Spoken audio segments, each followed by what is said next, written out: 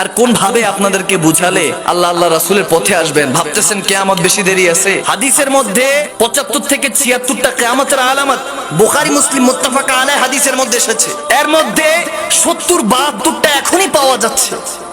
বড় বড় ৪-৫টা। ঈসা আলাইহিস সালাতু সালাম আসবে, দাজ্জাল আসবে, মাহদী আলাইহিস সালাতু সালাম, ঈসা আলাইহিস সালাতু সালামের সাথে দাজ্জালের ফাইট হবে। তারপর দাব্বাতুল আদ, একটা প্রাণী আছে যে প্রাণীটা দুই পাহাড়ের মাঝখান দিয়ে বের হবে। অবস্থা হবে যে দুইটা শিং থাকবে। তারপরে কপালটা অনেকটা মানুষের মতো, চোখটা মানুষের মতো, মুখটা বকরির মতো, রাক্ষসের মতো দুইটা দাঁত থাকবে দুই পাশে, দুইটা পা থাকবে, দুইটা হাত থাকবে। বলা হয়েছে দুইজন নবীর সুন্নতে সে চলবে। দাব্বাতুল আদ একে বলা হয়েছে। সে কিয়ামতের আলামতের মধ্যে সে একজন। একটা আংটি থাকবে যেটা সুলাইমান আলাইহিস সালামের আংটি। লাঠি থাকবে হযরত মূসা আলাইহিস সালামের লাঠি। সে সবাইকে আল্লাহর খৌফ দেখাবে। সবার কাছে কাছে এসে বলবে, এই বান্দা, আল্লাহর একাত্মবাদ স্বীকার করো। আল্লাহর নবী ছাড়া তোমাদের উপায় নাই, নবীর শাফাত ছাড়া কোনো উপায় নাই। নামাজ পড়ো, রোজা রাখো, হজ ফরজ হলে হজ করো, যাকাত ফরজ হলে যাকাত দাও। এখন সময় আছে, মসজিদে যাও। মসজিদে আল্লাহ ৫ ওয়াক্ত তোমার জন্য ব্যবস্থা করে রেখেছে। এই কথাগুলি ভুলো না। ওই প্রাণীটা এসে এসে বলবে। তার সাইজ কতটুকু জানেন? জানতে চান? আমার মেহফিল আমি বলি, এই মেহফিল থেকে একজন হলো আল্লাহর আশেক, রাসূলের আশেক হয়ে ঘরে ফিরতে হবে। যে আগামী কালকে মৃত্যু চলে আসবে, আজরাইল আলাইহিস সালাম চলে আসবে, কিন্তু আমার নামাজ কাজা হবে না। যদি কাজা হয় কিন্তু আদায় করে নিব, কিন্তু নামাজ ছাড়বো না, আল্লাহর ইহকাম ছাড়বো না, সুদ ঘুষ খাবো না, মা বাবার সাথে বেয়াদবি করবো না, বড়দেরকে সম্মান করব, ছোটদেরকে স্নেহ করব। এখন তো মুরব্বীদের সামনে দিয়ে হেঁটে যায়, সালাম নাই, কালাম নাই, আদব নাই। চেহারা দেখে বোঝাই যায় না হ্যালো, নমস্কার, না আদাব, না সালাম দিব। মুসলমানের চেহারা দেখে বোঝাও যায়। মুসলমানদের লেবাস কি হয়েছে? টুপি পাঞ্জাবি পাগড়ি পরলে আপনাকে কি খুব খারাপ দেখা যাবে? অনেকে দেখি মেহফিলে আসে, মাথায় টুপিটা নাই। হাদিসের মধ্যে আল্লাহর নবী বলেছেন, যারা টুপি পরিধান করে কিয়ামতের ময়দানে আরশের ছায়া পাবে। ২ থেকে ৩ হাত উপরে সূর্য থাকবে, লোহিত সাগর রক্তে টকবক করবে, সবাই ইয়া নাফসি ইয়া নাফসি। ওই মুহূর্তে এই আমলগুলি যেগুলো আমার নবী দিয়ে গেছেন, এই আমলগুলি ঠিকমতো আদায় করলে ওই দিন কাজে দিবে। ঠিক কিনা বলেন? আল্লাহর ওয়ালিদেরকে কেন্দ্র করে এসব বাজে কাজ করেন না। এগুলো আল্লাহর দরবারে হিসাব দিতে হবে। আল্লাহর নবীর পথ ছেড়ে কার পথে চলছেন?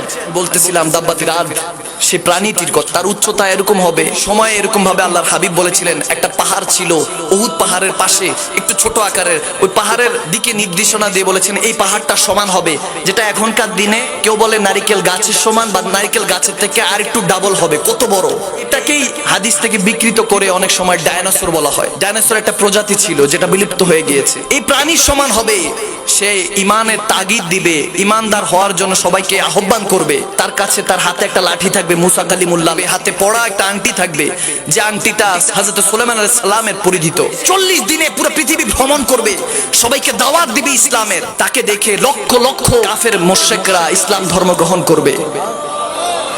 এর মধ্যে যারা ওই আহকামগুলি মেনে নিবে, আল্লাহর নবী আশেক হয়ে যাবে। হযরত মাহদী আলাইহিস সালাতু সালামের কথা বলা হয়েছে। আল্লাহর নবী বলেছেন, যখন ইমাম মাহদী আলাইহিস সালাতু সালাম আসবেন, তখন ঈমানদাররা হযরত মাহদী আলাইহিস সালাম এবং ঈসা আলাইহিস সালাতু সালামকে কিভাবে চিনবে এবং দাজ্জালকে কিভাবে চিনবে? একটাই উপায়, আল্লাহর ইজ্জতের কাছে, যার কবজায় আমার রূহ আছে, যিনি চাইলে আজরাইলকে এই মুহূর্তে পাঠিয়ে আমার জানটা কবজ করতে পারে, সে আল্লাহর ইজ্জতের কসম করে বলছি। আল্লাহর হাবিব বলেছেন, আলা আলা ইমা লিমাল্লাহ মুহাব্বাতালাহু মি ওয়ালিদিহি ওয়ালাদিহি ওয়া নাসি আজমাইন। কয়েকভাবে এসেছে হাদিসে মুবারাকাতে যে যারা জানের চাইতে প্রিয় আমি নবীকে ভালোবাসবে না, ওমর ইবনুল খাত্তাবকে দাঁড় করিয়ে বলেছেন। হযরতে শেরে খোদা মাওলা আলী মুশকিল কুশাকে কারামাল্লাহু ওয়াজহুল কারীমকে দাঁড় করিয়ে বলেছেন, এ আলী, ওমর, শুনে রাখো, যারা আমি নবীকে আওলাদ থেকে, মা বাবা থেকে, আত্মীয় স্বজন থেকে, সয় সম্পত্তি থেকে, এমনকি নিজের জানের চাইতে আমি নবীকে ভালোবাসবে না, তারা কখনো ঈমানদার না, তারা কখনো ঈমানদার না। আর সেই ঈমানদারদের কথা বলা হয়েছে, যারা ঈমানদার, আমল তাকওয়াবান, পরেজগার, নামাজ আদায় করে, আল্লাহর আহকামগুলি ঠিকমতো পালন করে, তারাই দেখবে দাজ্জাল আসবে। আপনারা আমার মতো হ্যান্ডসাম, অনেক সুন্দর হবে, কিন্তু তার কপালের মধ্যে কাফের লেখা থাকবে আরবিতে। এই কাফের তারাই দেখবে যারা ঈমানদার, রাসূল প্রেমিক।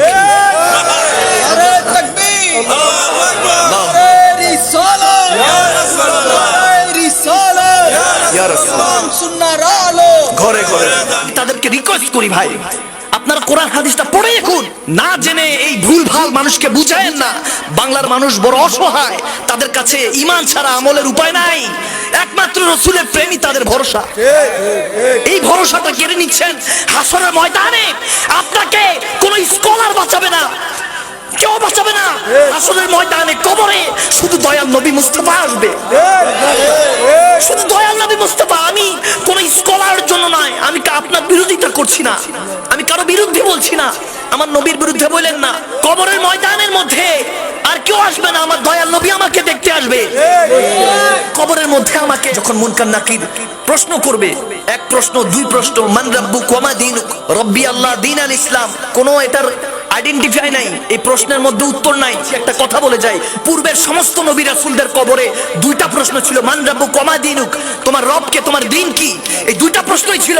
আল্লাহর নবী মেরাজে গিয়ে আল্লাহর কাছে বলেছেন, আল্লাহ মৌতের বিছানা আমি উম্মতের সাথে থাকতে চাই, আমি কবরও আমার উম্মতের সাথে থাকতে চাই, আল্লাহ তুমি প্রশ্ন বাড়াও। তখন প্রশ্ন বাড়ানো হলো।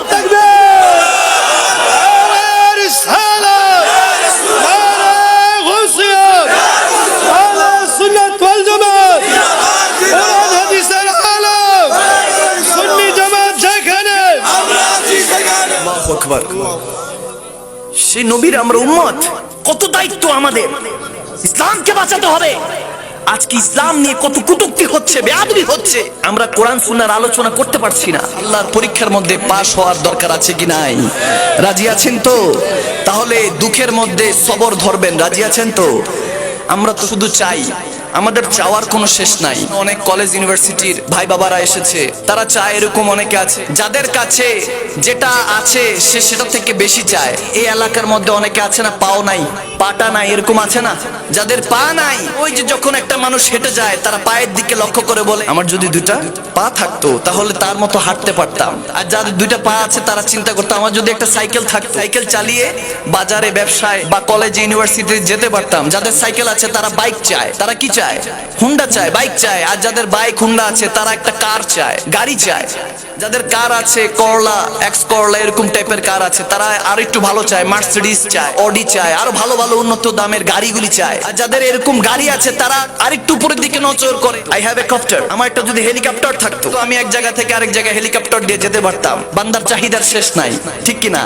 যার কাছে হেলিকপ্টার আছে সে চিন্তা করতো, আমার যদি একটা প্রাইভেট জেট থাকতো, I have a private jet, এক দেশ থেকে আরেক দেশে আমি আমার নিজের বিমান দিয়ে চলে যেতাম, ঠিক কিনা? চাহিদার শেষ আছে?